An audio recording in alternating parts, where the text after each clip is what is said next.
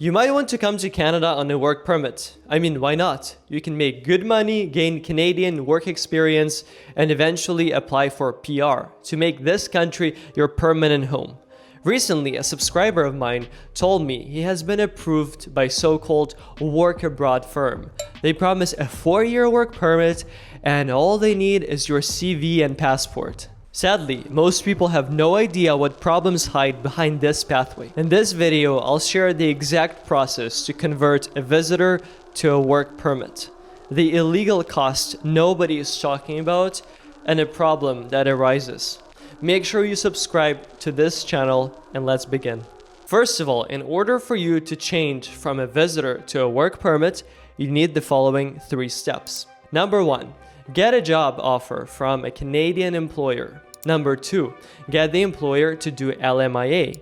Number 3, apply for a work permit. You probably understand that getting a job offer without the legal ability to work in Canada might be a scare for many employers. However, what's even more difficult is getting your employer to not only say yes to a job offer, but to do LMIA, or Labor Market Impact Assessment, which is a legal process of recognizing a particular role at a particular company that requires a foreign worker and not a Canadian resident or citizen. To simplify the process, an employer has to advertise that they're looking for an employee, then conduct job interviews for a specific position for over 1 month and find reasons to refuse different candidates.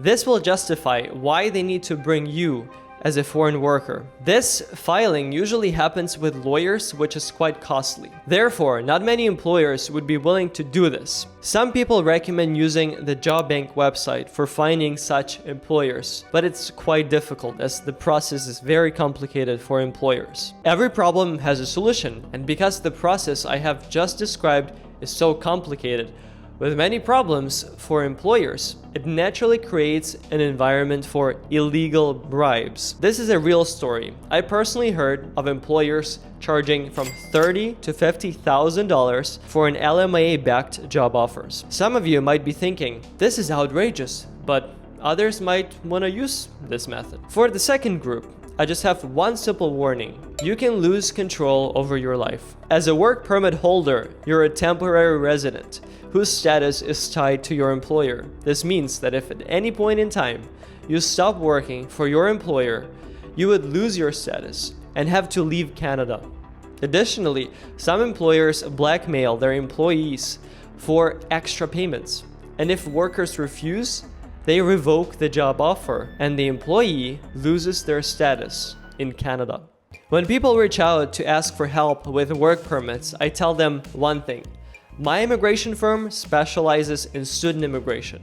And here's one simple reason why. This immigration route gives you the ability to have control over your life in Canada. When you go to school for 2 years or more, you get a 3-year postgraduate open work permit. This is an open work permit, meaning you do not owe anything to anyone. You can work for any employer in Canada you wish. And you can also not work if you don't have the desire for it. The moral of this story is this puts you behind the steering wheel of your life. And if you think about the cost associated with studying, you spend about the same money that you would have on illegal bribes to get a closed work permit under LMIA. If you don't take anything from this video, take the following. Be careful with who you trust when you want to immigrate to a new country, as you might end up in a very dark situation and make yourself hostage to it. It's important that you weigh out your options and make the right decisions. If you're unsure, you can always book a meeting in the description below this video. I really hope that your new chapter is successful. Subscribe to this channel if you're interested in Canadian immigration. Like this video and comment below your experience and thoughts.